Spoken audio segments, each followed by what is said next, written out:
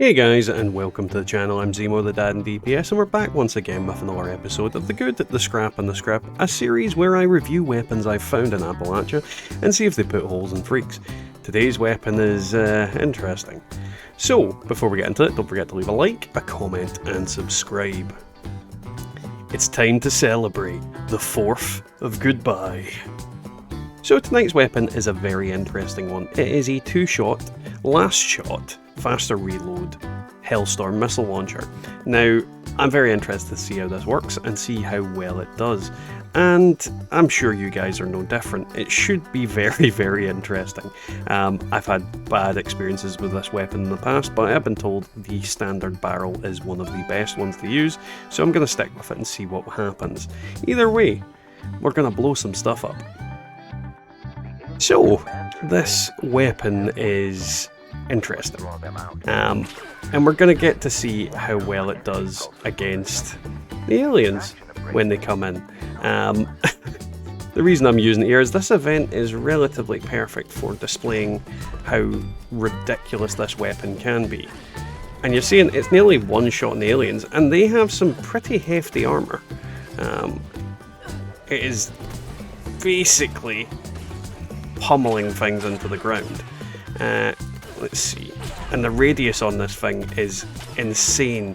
2 shots are enough to kill the aliens, and I'll be honest, they are stronger than regular enemies. This isn't just me.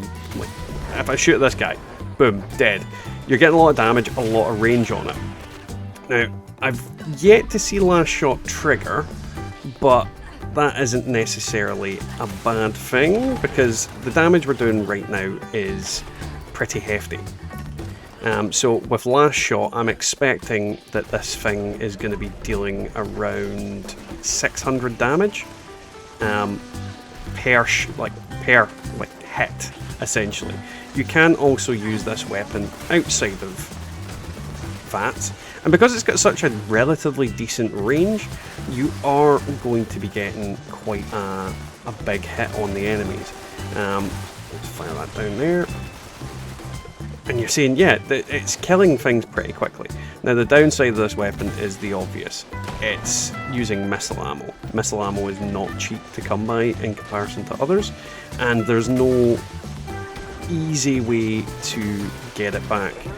But the fire rate and the damage is pretty hefty, and the reload speed on this thing because of that is just amazing. Overall, so far, pretty damn good, and we're killing quite a lot of enemies with very little effort.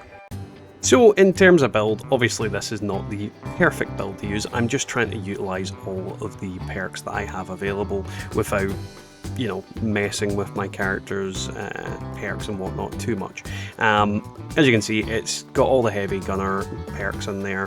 We've got Action Girl, Adrenaline, Demolition Expert, Grenadier, Exterminator just in case any bugs get in the line of fire, and Concentrated Fire just so I can use VATS to blast things from a distance. And then obviously like Bloodied Mess and whatnot.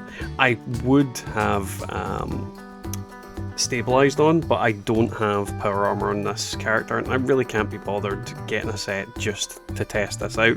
You guys will see generally how decent the weapon is, and so far it's been fairly consistently powerful. Ammo is expensive, but at the same time, you know, it's a bit of fun. And with every video we end up at Jeff. Now, the biggest problem I've got with Jeff at the moment is that he still has that annoying thing where while he's roaring or getting up, you can't really hurt him. So I'm going to wake him up, hopefully, and he will then allow me to blast him into oblivion with this thing. We'll see what happens. You going to wake up, Jeff? No? Let's just blast him. And then wait for him to roar. And then we'll blast him repeatedly with the rest of these. Right, that seems like he's awake.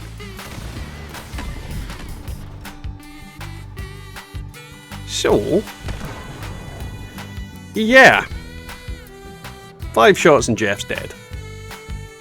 Pretty good. So, the biggest flaw with this weapon, I think it's highlighted against these particular enemies. And the Queen in particular. And I said that twice. Either way. And that would be that she is able to hit me for high damage at long range. On top of that, I can't really hit her quick enough. It's very much a weapon that you use at distance, because if I attack her closely, she's going to blow me up, or rather, I'm going to blow myself up. So the best way to use this weapon is on top of a roof, shooting down on things. And she doesn't let you do it. So this is not an enemy that I would recommend you use it on. However, all our little friends and crawdads explode on impact. So it works against most enemies, just not ones that can get super close to you super quickly and are big and scary. And finally we come to daily ops. Now, I think it goes without saying, this is not a weapon you want to use in daily ops for multiple reasons. The first being, well, you're not going to get your ammo back, unless that's changed. We're going to inspect if that's changed. You're not getting your ammo back.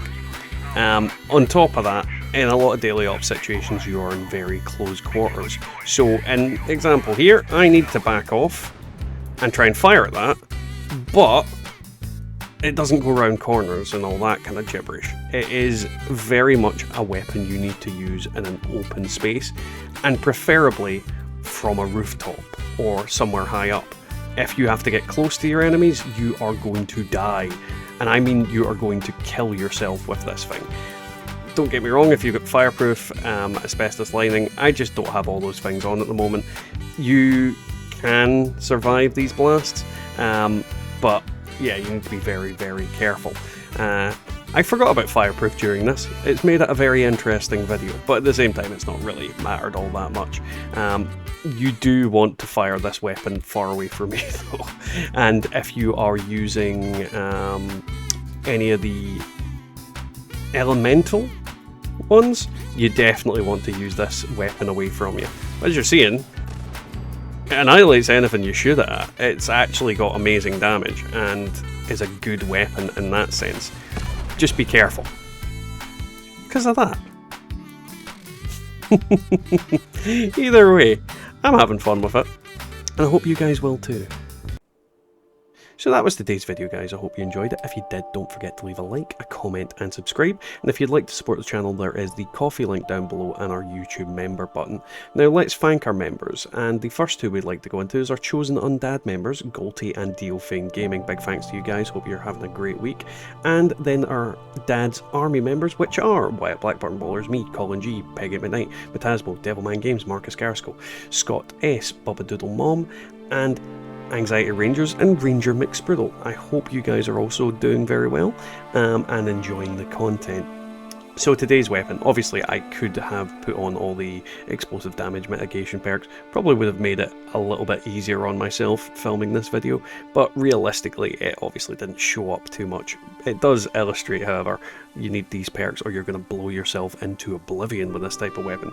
Now the weapon itself, fantastic damage, expensive as hell ammo, not really that viable on day-to-day usage, but at the same time it is very, very strong, much stronger than I expected it to be.